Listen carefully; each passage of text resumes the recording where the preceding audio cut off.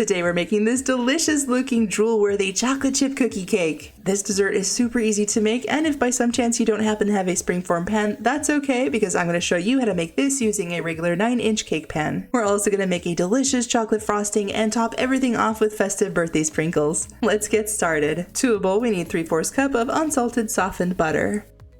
We also need half a cup of sugar, as well as half a cup of lightly packed brown sugar. Mix, mix, mix. As a side note, the recipe and directions are listed down below in the video's description box for your convenience. We're going to mix this up for just a minute or two. Then we're going to toss in 1 large egg, 2 teaspoons of vanilla extract, and here's where I messed up. The recipe calls for 1 teaspoon of baking soda and 1 teaspoon of salt. For whatever reason, I had it in 1 teaspoon of baking soda and 1 teaspoon of baking powder, like a dummy. I did add in the salt, but still I should not have added in that baking powder. I did make another cookie cake the correct way after I baked this one off. Next goes in 1 tablespoon of cornstarch and 1 3/4 cup of all-purpose flour.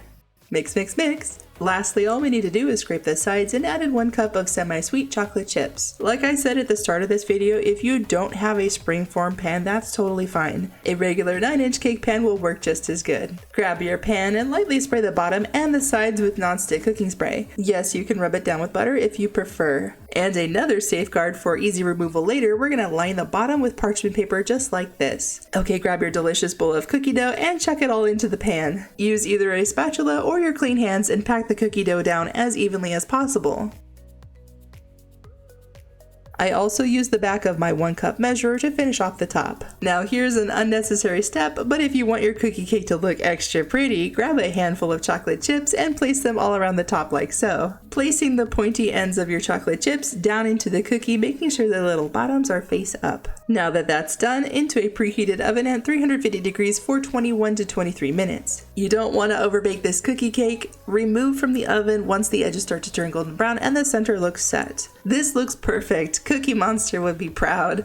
Okay, we're gonna let this cool completely in the pan before attempting to move it. That might take an hour or so. Once you are ready to proceed, I like to bang it around on the countertop like so, just to loosen up the edges, just in case some of the bits are stuck to the side. Then when you're ready, flip the pan over and everything should pop out in one giant piece. Perfect, it came out nice and clean. So this is the one with an extra teaspoon of baking powder. Let's set this off to the side and quickly remake the other one, this time with the correct measurements. As far as comparing the 2 cookie cakes go, I honestly couldn't tell any noticeable differences. I did ask my mom what she thought and she said there might have been a very slight hint of something off, but if I hadn't said anything, she never would have known. This one looks just as good as the other one. Again, we've got to let this cool. In the meantime, let's make the frosting for the first one. To a bowl, we need half a cup of softened unsalted butter, 3 tablespoons of unsweetened cocoa powder, half a teaspoon of vanilla extract, and a pinch of salt. We're going to give this a quick mix.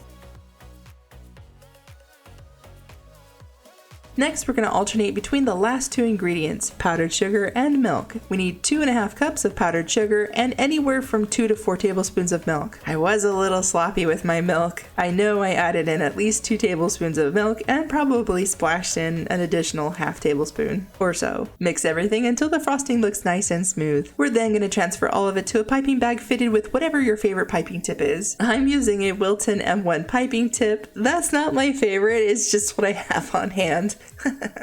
All that's left is to pipe on some swirls around the top of your cookie cake and sprinkle on some festive birthday sprinkles. I did want my frosting to firm up a bit before slicing into the cookie cake. If you're in the same boat, toss it in the fridge for about 5 minutes. That should do the trick. I ended up covering mine in plastic wrap and putting them both back in the fridge until the next day. I didn't have time to film the whole cutting process and whatnot, that's why they ended up in the fridge. So when I did end up slicing into these, they were very cold and kind of hard to slice into. It's not a big deal. The overnight slumber party in the fridge doesn't permanently alter anything. If you end up doing the same thing, just let it come to room temperature on the counter and it'll be perfectly fine. Here's an ingredients list.